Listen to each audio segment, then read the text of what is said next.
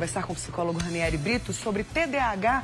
Já coloca aí mais uma pergunta na nossa tela, por favor, para a gente entender melhor esse assunto, tá? Vamos jogar aí, ó, mais uma pergunta e também um relato, né? Meu filho de 2 anos não para quieto. Vive jogando objetos no chão, aprende algumas coisas rápido, mas quando eu vou ensinar cores e números, ele não se concentra e já corre para brincar. Ainda é cedo para um diagnóstico de TDAH? É a pergunta da Helena, Ranieri. Helena, ainda é cedo, é preciso observar mais, e não só esses comportamentos relacionados ao aprendizado, como números, cores, mas outros também. Agora, já que isso já se manifesta muito cedo, eu aconselho você também, o quanto antes, levar seu filho no neuropediatra. Certo. Né? Porque, por hora, a gente está falando de TDAH, mas a gente sabe que existem outros tipos de transtornos do neurodesenvolvimento. Né? Então, quanto mais detectar possíveis transtornos, né, é importante porque também se inicia todo um trabalho terapêutico. Sim. Sobretudo na criança. Às vezes a criança tem um atraso de fala. Né? Então, o neuropediatra ele pode também investigar uma linha voltada para uma possível apraxia. Então, sempre, o quanto antes, levar o seu filho para um profissional específico, naquela idade, dessa faixa etária, vai ser importante porque a partir dali vai começar a se desenhar possibilidades de um diagnóstico. Né? A partir do momento que surge a dúvida, né, Ranieri? Pais e mães conhecem os filhos, né? Sem dúvida. É importante levar mesmo no especialista, não adiar esse contato, porque muitos pais e mães têm receio mesmo do diagnóstico. Às vezes dizem assim, eu não quero saber não, deixa pra lá.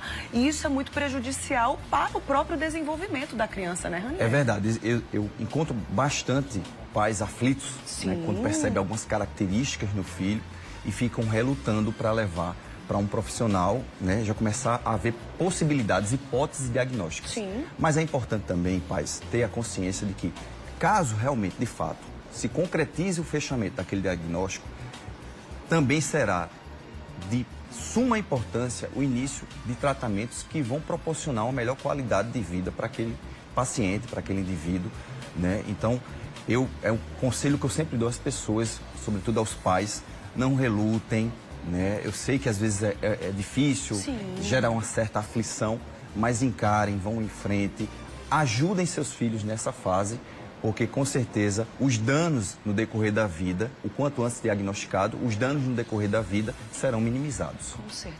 Mais uma telinha aí pra gente, por favor. Mais uma pergunta do WhatsApp do Mulher Demais. Vamos soltar? Por favor.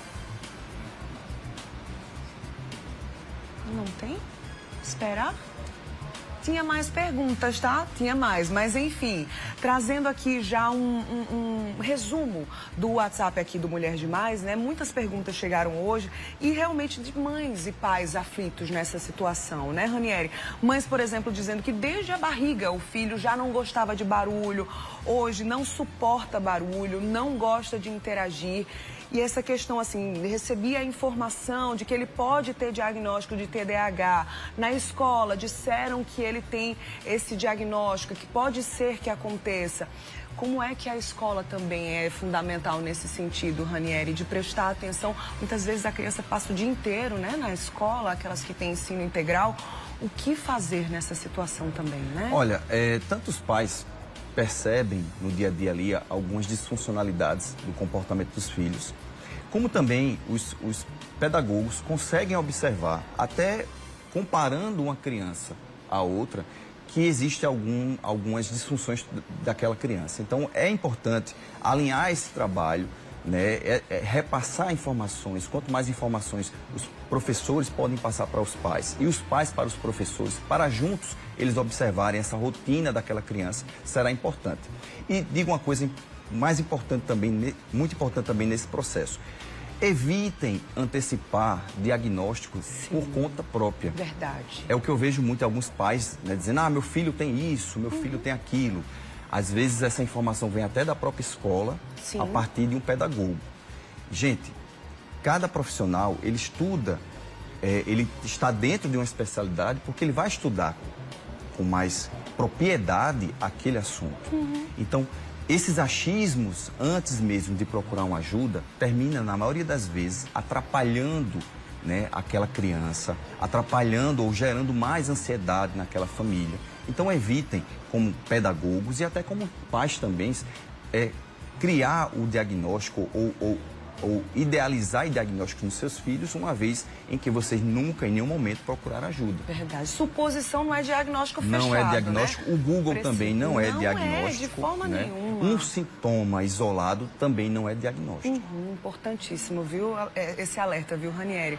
A gente falou muito sobre as crianças, né? Mas a Virgínia tem 40 anos de idade. Ela disse que percebeu, que identificou todas as características que nós citamos aqui. Ela pergunta o seguinte: ainda há tempo de diagnosticar? Como começar o tratamento? Que tratamento é esse? Ela disse que já aceita o diagnóstico, se for o caso, e quer logo o tratamento. Na fase adulta, Ranieri, o que é que muda também? Muda, sobretudo, a questão da qualidade de vida.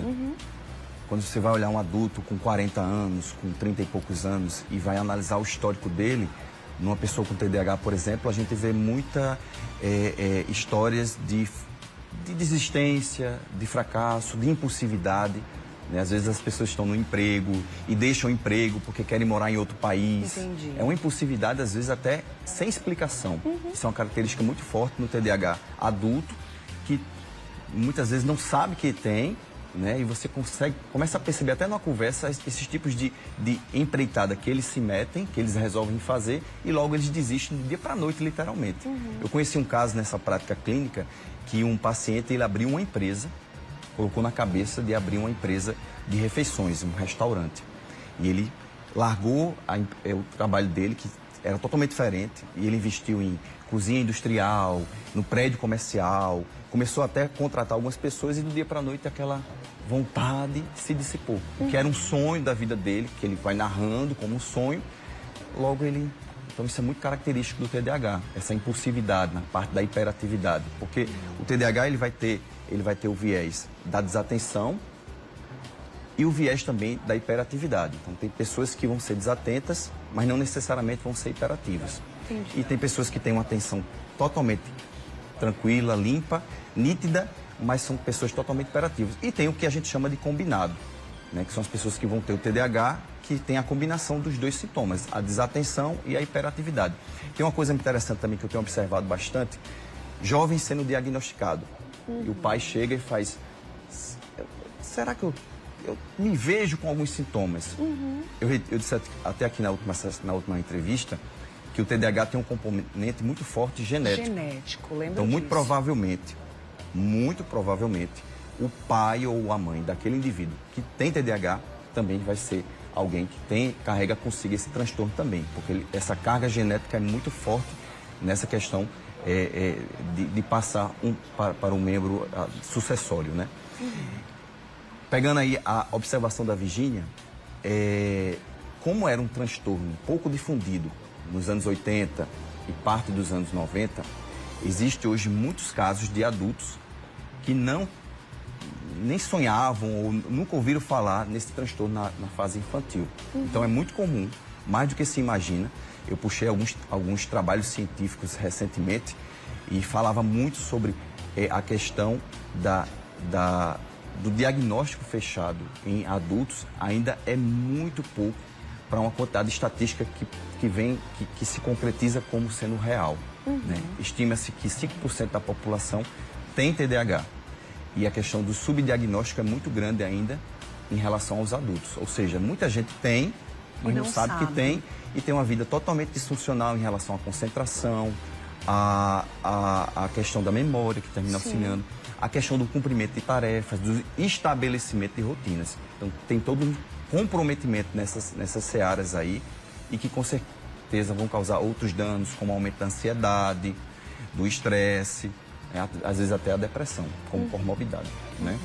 Vou deixar aqui o Instagram de Ranieri, agradecendo, né, a você que participou. Muitas perguntas aqui no nosso WhatsApp, infelizmente a gente não consegue trazer tudo, mas o Instagram de Ranieri tá aí, ó, @RanieriBrito, _psicólogo. A gente traz esse alerta, esse assunto aqui para Mulher Demais, sobretudo também para combater o preconceito e incentivar você a buscar ajuda. Não negligencie a sua saúde, que é o seu bem mais precioso. Se for o caso do seu filho, algum parente próximo também. Tem lá no nosso canal no YouTube a entrevista da semana passada. Essa de hoje também vai para lá. Compartilha com o máximo de pessoas que você puder, porque conhecimento é a nossa também uma das principais ferramentas que a gente tem, né, Ranieri? Então te agradeço por compartilhar com a gente, viu? Obrigado, estarei sempre à disposição. Qualquer coisa ou dúvida que tiver, fala comigo lá no Instagram que com certeza te respondo de prontidão. Tá certo. Obrigada e até a próxima, viu? Até a próxima, Bruna. Tá Tudo bem, de bom. valeu. E a gente vai voltar a falar sobre esse assunto outras vezes por aqui. Eu garanto isso, é missão nossa aqui no MD, tá? Vamos embora pro nosso